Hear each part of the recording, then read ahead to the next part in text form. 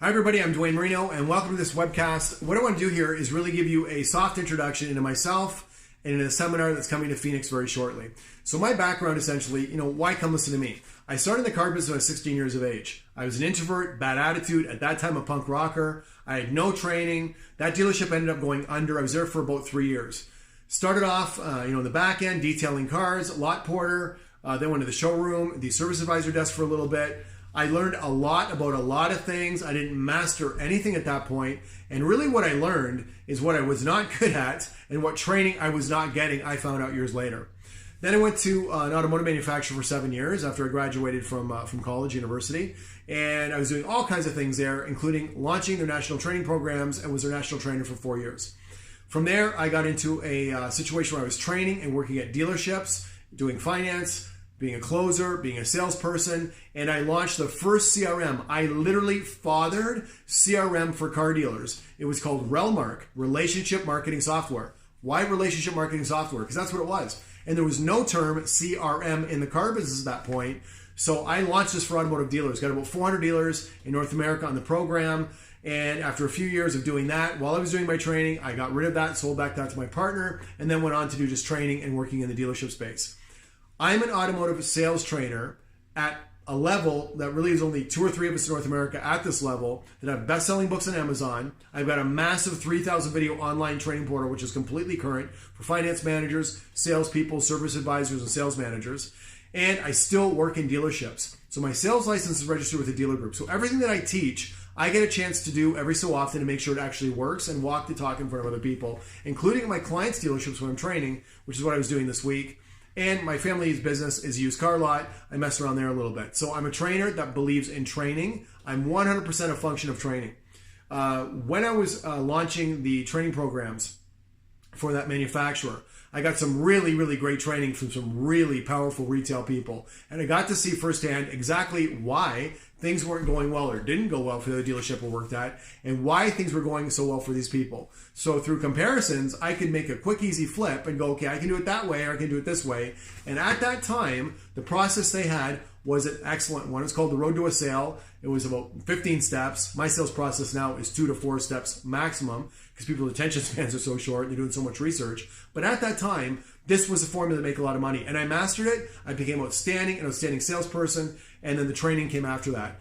Anything I've done in my life financially, with health, it's been a result of training and reading books. So I really believe in learning and I really, really believe in sales. So I can ask you a few questions right now. And that's basically my background, which you can Google. That in way more detail is actually on my website under my bio and in my books in writing in the public space. So my family and friends have all seen it. It is what it is. I don't profess to be a guru at anything, but I've got some great ideas that I currently use. And I really am good at finding outstanding people. And I have no ego for learning. I am not married to my material.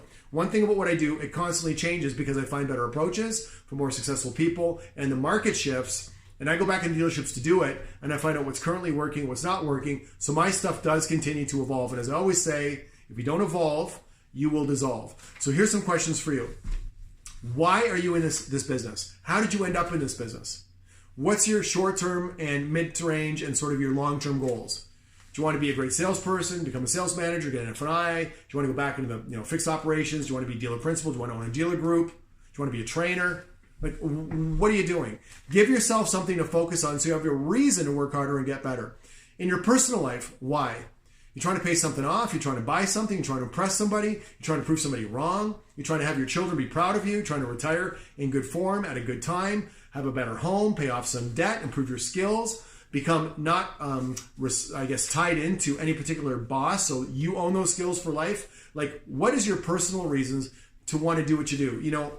Tony Robbins does say this, and it's very true. If you have enough whys, the how becomes easy. The what to is not a problem. What are your motivating whys? Ask yourself that question. Maybe write it down.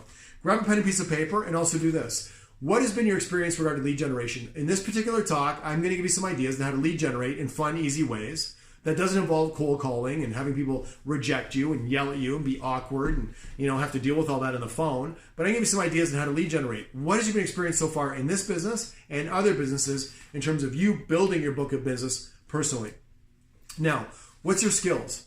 What's your skill level like in your sales process with closing, with overcoming objections, with sending texts or emails or answering the phone, taking sales calls, internet leads, with closing, with customer retention, with building up repeats and referrals and beatbacks and networking and social media and handling sales calls and everything else we have to do. What is your actual skill set like, and where do you need to get better? Maybe write that down. So overall, rate yourself out of 10 right now. Just what I've gone through so far, out of 10, how would you rate the overall acquirement or achievement of your personal potential? So, if you had a 10 potential, which we all do in some way, I really believe everybody is a top performer waiting to happen. Just need the right messenger at the right time, and you can do it too. I did it. So what is your potential that you're actually achieving? Are you right now firing at a 5 out of 10? Are you a 6 out of 10? Are you a 9? I didn't tell you this. If you think you're a 9 or a 10, you need to get around other people. You need to get some more goals and aspirations. Every time I think I'm doing great, I look at the next mountain and I go, wow, there's more stuff to do. And it's exciting. It keeps me alive. It keeps me going while I stay based in my gratitude, however, and keeping both feet on the ground. But you've got to set different goals if you think you're doing that great.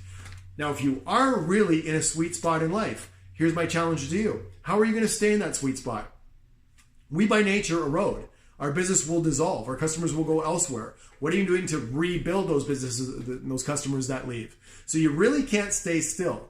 Like in nature, anything that stays still is going to get moldy. It's going to rot. You got to keep things moving. You got to keep things fresh. You're either growing or you're dying. So here's 3 reasons that you might want to sit in for the next 20 minutes of this talk. And if these 3 reasons don't resonate with you, you can just kind of, shut this thing off and move on with your life. The first one is this. Do you want to sell more products? You want to move your volume up? If you do, I'm going to show you how to do that right now through lead generation. Give you some ideas there. Would you like to sell some cars in less time? So if you're going to make your 100 grand a year, do you want to do it 80 hours a week or 40? Whatever that ratio is between time and money, that is a trade-off in sales. We do alchemy, right? We create something out of nothing. We turn lead into gold. We turn time into money. Lead generation is a big part of turning time into money. So do you want to maybe save some time? Work by your own schedule. Do you want to take every second Tuesday off so you can play golf or go play squash like some other salespeople friends of mine? You can do that if you're working mostly by appointment. You can't do that if you're waiting for the up bus and walk-ins and rotation because you're just hanging around hoping something happens to get your walk-in and your internet lead or your sales call. So do you want to regain your schedule? Do you want to make some more money and regain your life? Appointments will let you do that, but appointments are all about lead generation. And when I say lead generation, a lot of people think cold leads. I'm not talking that all the time. Building repeats and referrals is lead generation. You're keeping those relationships alive. Networking, beatbacks, that's lead generation. Social media is lead generation. Handling sales calls and walk-ins and internet leads. That's all lead generation because anything could fall apart at that point. So you really got to expand your mind on what lead gen means for you. Next thing, and the third idea. So we have your time, we have your money, and the next one here is really owning skills for life that you can take anywhere. You can change relationships and you can change jobs. The reality is when you do that, you're leaving something behind that maybe you were never really into. You can't leave something behind that you weren't into because you never really tried. And you have to bring yourself into the next deal. You got to bring yourself into the next dealership, into the next relationship. Maybe the problem's you. Maybe the problem's me. That was me when I was 25. Well, maybe the problem is me. So if there are some issues that we have to solve, fix them now because you're going to have to bring you wherever you go. And again, I'm repeating this, I think, the third time. When you build your skills, what I realized when I was younger, by building my skills, I have those skills for life, and I can bring those skills any place that I want. Nobody can take those away from me as long as I'm healthy. So there's kind of your setup. What I want to talk about now, if I could, is 3 things that have to do with really marketing and building a pipeline. And if you've never trained on basic psychological marketing, what this means in the car business, I can do this right now. And we have the shopping process, something called the marketing ladder, and something called the pipeline. All right, so here's the shopping process. It starts off with somebody thinking about getting a car. And what we want to do is we want to get involved in every step with that customer, if possible, to nudge them through and nudge them over to me. Now, thinking about a car can be triggered by accidents and leases expiring and vehicles needing repairs and lifestyle changes and the family grows and the family shrinks and marriages and births and deaths and all that stuff. But it also can happen through you triggering that client through contact, conversations, and even wearing the logos on your jackets. So you can be in a grocery store or someplace and somebody goes, oh, do you work at ABC Motors? Because they see a logo. Of course, you'll have business cards on you. Hey, nice meeting you. You never know. But really, the trigger in the thought process absolutely can be contact with you out in networking, on social media, face-to-face, texting or calling your customers. We want to get involved in that step. We want to start triggering people into the thought process. Once they activate and start thinking, a lot of people are going to start talking to friends and family and coworkers. Why? They're looking for security and assurances. What should I buy? Who should I stay away from? Where do I go? Do you know anybody? Do you have a friend in the business? So we want to make sure we have a lot of good relationships with our local people, especially because 90-95% of your business at your dealership is local. It's in your trading area. And here's another interesting thing. With that 90 or 95% of your business in your local trading area, almost 100% of that local business walks into your showroom, announced or unannounced, to either go for a test drive or look at numbers. They want to solidify and verify that deal face-to-face in the building. This trend has not really changed. I always talk about the trend being your friend. So what you have to know is if everybody that's local, which is most of our business, still wants to conclude in the showroom, we are a long way away for bricks and mortar to go away and have it just be clicks. It's a $50,000, $100,000 product now. People do it every few years. It's a very confusing and scary thing for a lot of people.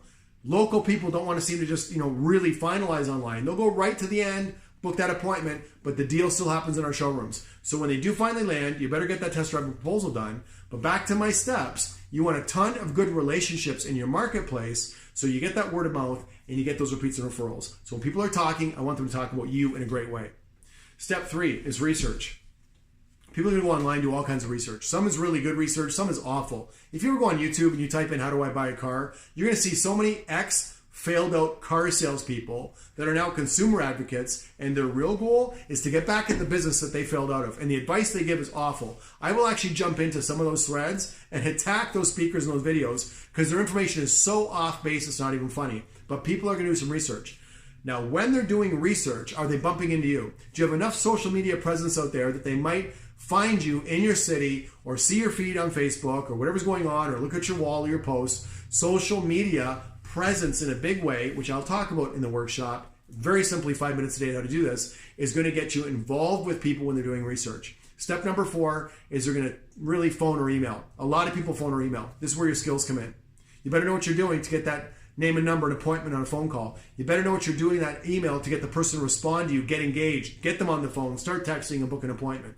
So we really want to get our skill levels up on internet leads and sales calls. Then, of course, they visit the showroom. Most of them do. Now, the people that don't visit our showrooms are long-distance deals, particularly used cars. People are looking for a needle in a haystack, an exact vehicle, and you have that needle in your haystack. That does happen. Thank goodness for the internet. And the other type of transaction that doesn't conclude in the showroom is customer calls you up and goes, hey, Dwayne, this one here, we want it to be blue. And you go, give me your credit card. And they go, here you go. I hope all your sales become that. But for the most part, people are going to physically walk in. And when they do, again, here comes your skills in your sales process. So we want to trigger customers to think. We want to have great relationships when they talk. We want to be on social media when they're researching. We want to have awesome skills on phone and internet leads. And then we also want to be very good when they finally land. That is the shopping process. And it kind of goes like this. So most of the time is on top and the least time is on the bottom. So by the time they reach out to us, most people are pretty transaction ready. The marketing ladder. If I said, name a hamburger company, where would you eat a hamburger? Who are you thinking of? Soda pop or soft drink? Who's in your brain right now? What labels are you saying? If I said, I cut my hand, give me a, what brand are you going to ask me for? And give me, something to blow my nose. I need a, what are you thinking of? You are mentioning brands. You're not saying pop, you're not saying burgers, and you're not saying, bandage or tissue. You're probably naming brands. This is called mind share.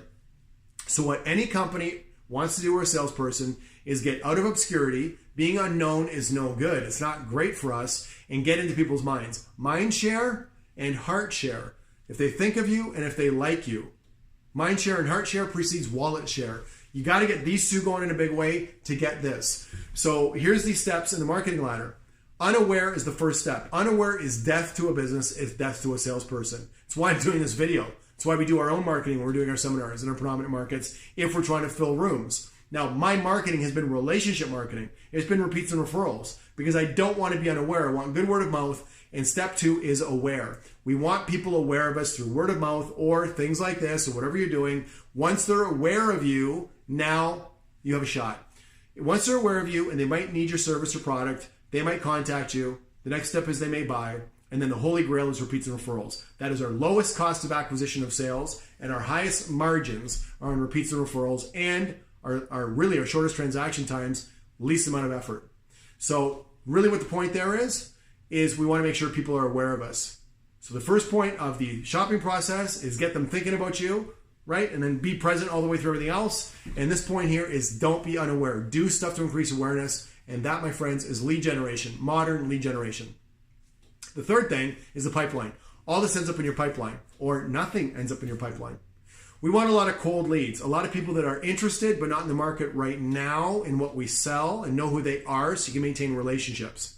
Okay? Then when they become warm and we contact them or they reach out to us, we start to follow those things up. Then they become hot, we try to book appointments and sell. You want a lot of cold leads, so you have some warm ones and you have some hot ones. If you only have this many cold leads, you have this many warm ones and not many hot ones. So it's like a hopper. We want to fill that hopper up every day with cold leads on the top and have them just kind of do their natural thing in their trade cycle so it spits sales. So you really understand those three things, which is the pipeline, marketing ladder, and the shopping process. Now I want to talk really quickly about the psychology of selling.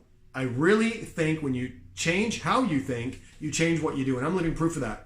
Anytime I want to change something in my life, the first thing I've learned to do is analyze my own thought process. Like, what am I not doing properly here? There's 7 fundamentals when it comes to being in a box. Have you ever heard somebody say get outside of your box? I bet no psychologist out there has explained what your box is. I want to explain what the average person's box looks like. So here's a box, okay? We're inside that box. On the bottom of the box, the base of the box is your imagination. It's my imagination. It's what we make up.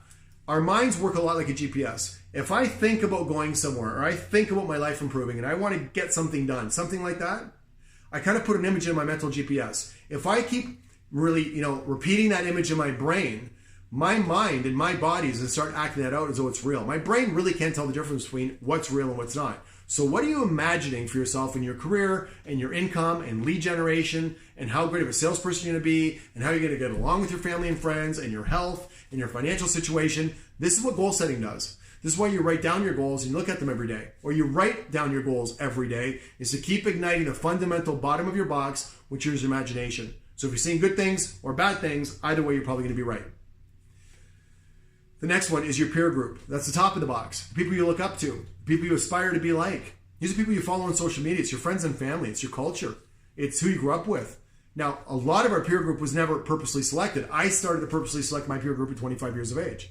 I still love all my friends. Most of my friends are still friends from, when I was 5 years old. So nothing wrong with that. But I started to realize when it came to how I wanted to live my life, my family and friends, quite frankly, weren't cutting it. They just weren't what I wanted. So I had to seek other peers. I went to workshops to find these people. I went to books to people I didn't know so I could associate with them from a distance. At that time it was tape cassettes and audio CDs. Now it's online courses. It's YouTube. Whatever it is, who do you associate yourself with? This is the top of your box. You often can't see yourself doing much better than the people you associate with. Who do you consider to be your peers at work and at home, family, friends, culture, wherever you go? Next one is your experiences.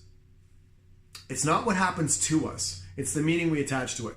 So when you're lead generating, you're either going to think, oh, this is no good. This doesn't work. I'm no good at this. Or you're going to think, this isn't working this way. I can be good at it. What do I need to change? Whatever meaning you attach to that failure is going to make a big difference. When you miss a car deal, are you saying to yourself, I'm not meant for the business, it's not for me, I'm awful? Or, what did I learn? What did I do well? What could I have done better? How can I change it next time? I know I can improve. If somebody else can do it, I can do it. That's a great belief system. That's a great thing to reference your experiences on. So experiences are the box. And the other one here on the other side is information. What do you put in front of yourself? Is it current? Is it 5, 10, 20 years old? Is it positive? Is it negative? What kind of information you put in front of yourself? Make sure you don't let any information go in front of you unless you think it's going to help you with your goals. And if some element there that you can control it, I hope. Stuff you can't control, forget about it. And it's got to empower you or somebody you want to help.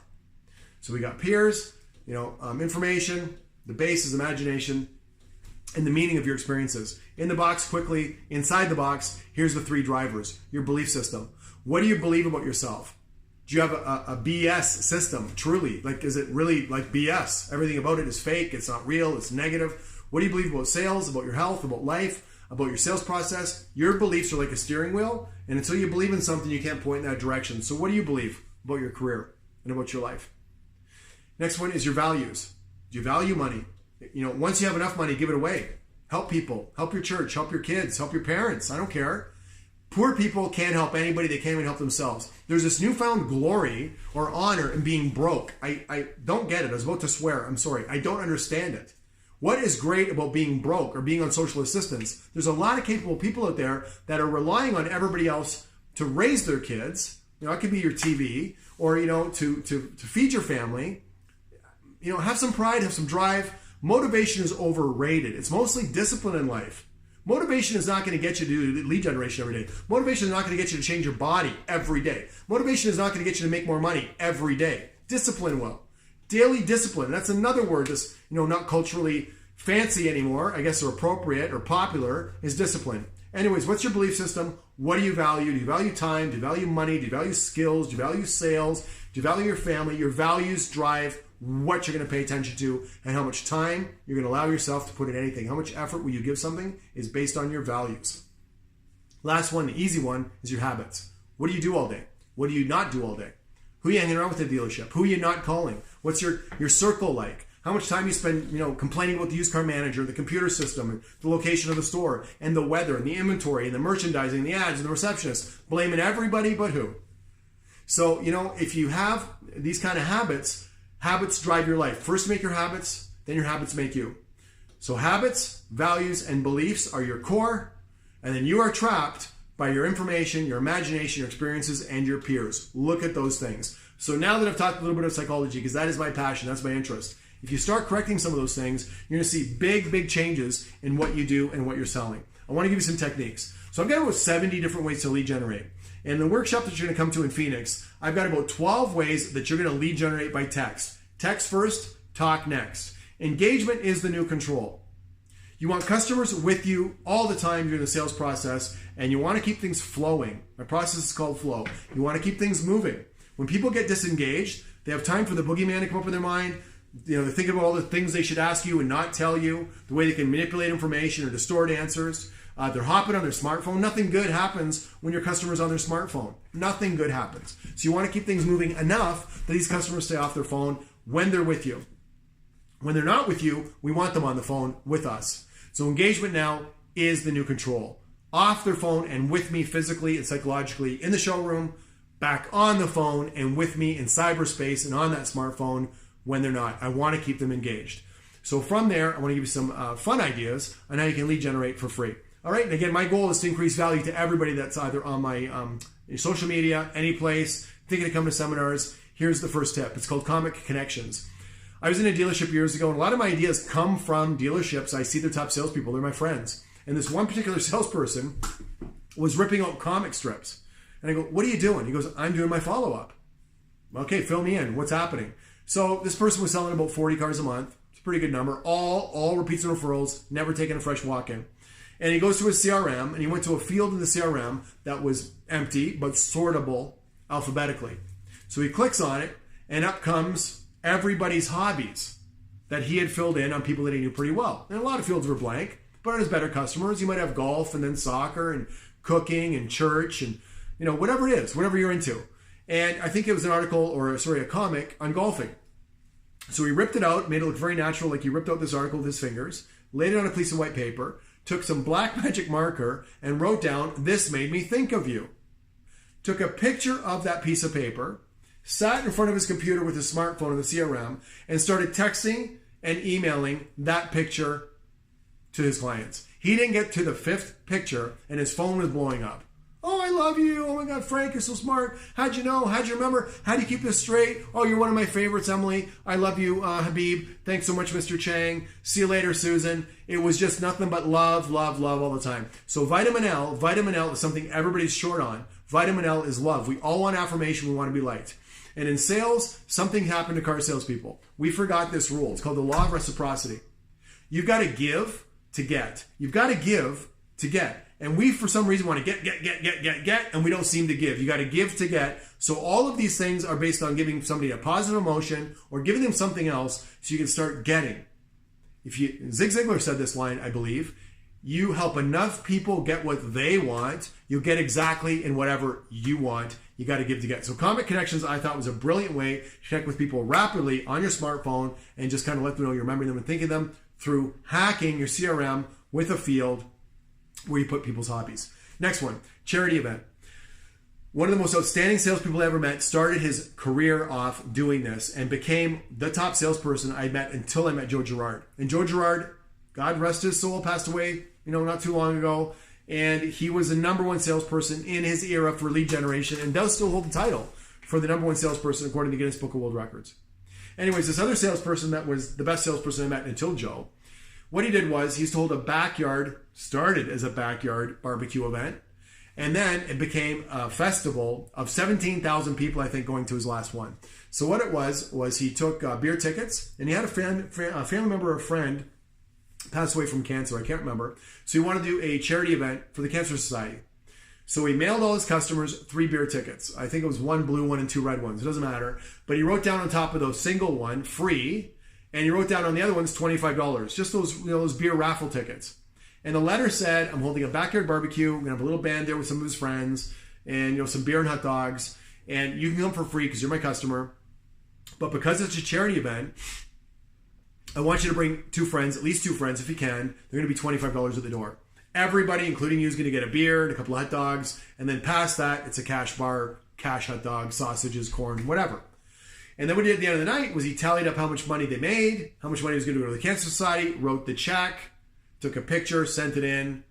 And the next year, he reinvited all of his new customers, and obviously his customer base was growing, and everybody that came to that party the year before. And the idea was, you bring 2 friends, then you bring 2 friends, and every year we brought 2 friends and 2 friends and 2 friends. It went from 50 people to 17,000 people in under 20 years. This is what you're marketing.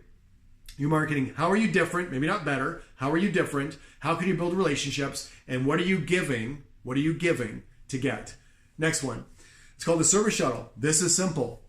The service shuttle is a captive audience of people being driven home. Why don't you drive that service shuttle once in a while, especially when it's full? Tell people, hey, by the way, I'm not a shuttle bus driver. I don't drive the shuttle. I'm a salesperson. Yeah, here's some business cards. You'd be surprised how conversations start. 50% of your dealership's database and service didn't buy the car at the dealership. They work out of town. They live out of town. They don't like the other dealer, whatever it is, or the salesperson that sold them a car left. You are going to pick up relationships and leads just by driving that service shuttle whenever you can. Next one is called service proposals, and I'll leave you with this for the last one before I close this off. Service proposals. What you want to do is reach out to that 50% of your customer base in service that came in for service last week but didn't buy the car there, or their salesperson left. They're called service orphans, and that are maybe driving cars 3 to 6 years old. That's your target window.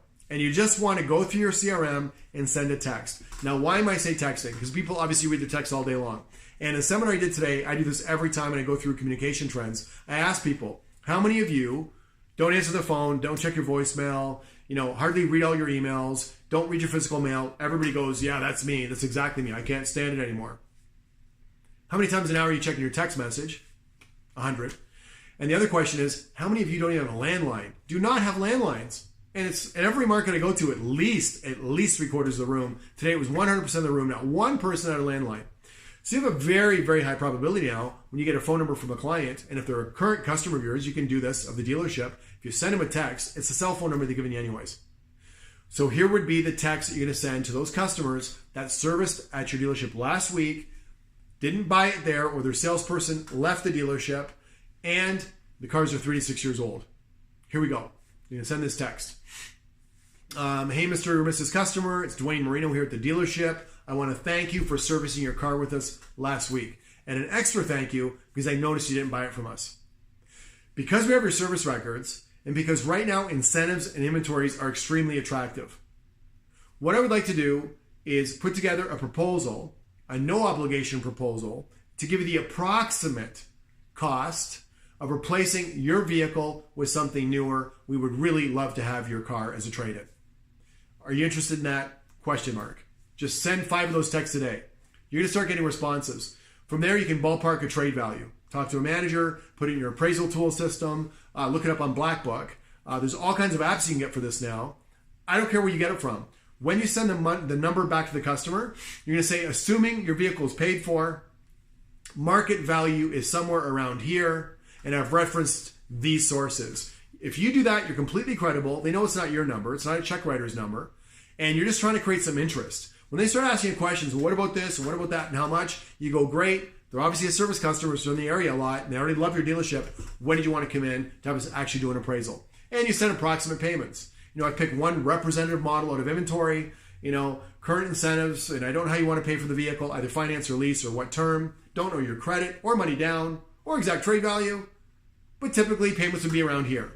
Just a bunch of round number ranges based on a few parameters. As soon as they show interest, get them on the phone, build some rapport, tell them, there are a lot of variables. When did you want to come in? Do a lot of those a day. You're going to start selling a lot of cars to people in your own dealership that nobody even talks to. My point of this talk is this. There's a lot of really psychological understanding you have to have about yourself and the business to drive you. Success is 3/4 psychology, 1/4 strategy. Believe me, you have the best strategy in the world. If you don't have the right psychology, you're freaking toast. So I wanted to talk about the basic marketing concepts and psychology of all of us, and then give you 3 or 4 ideas on how to do lead generation. At the Phoenix Workshop on June 12th, here's my offer. So with your permission, I give you a lot of value. I want to try to give you an offer right now, which is an outstanding offer. The ticket price is normally $595. It will be $397 to the first 200 registrants. The first 200 people that register for the course, you're going to save about, almost 50%. So what I want to do, instead of the $595 ticket price, $397 for the people that respond here. Now, I believe below the video there's a button. Someplace around there's a button. It's probably on the bottom. Click that button to buy. Please, just click that button to buy. Save yourself a ton of money. This is an investment. Keep the receipt, write it off. I'm sure you can do that, or check with your dealership accountant or personal accountant. But you got to invest in yourself. And the time to invest in yourself is truly when you're at the top of your game because you want to stay there, or when you've got bigger aspirations and goals, even when you don't have the money. There's a reason why you don't have the money. Maybe you're not doing something right. Maybe there's somebody at that workshop, not me, you're going to talk to on break that's going to open up a whole new opportunity for you. But you can't get better by not reading that book. You can't get smarter by not attending that course. So I learned this lesson at 25 years of age. It was appropriate training at the time that I needed, not like the regular educational system where you're learning crap you're never going to use from people that have never done it. This is completely opposite land to that. This is stuff you're going to use every single day. So I hope to see you there. Take advantage of the special price. I'm Dwayne Marino. Thanks so much for joining in this short talk. And you know what? Happy selling. Create a great day. Adios, amigos, and mucho gusto. See you later.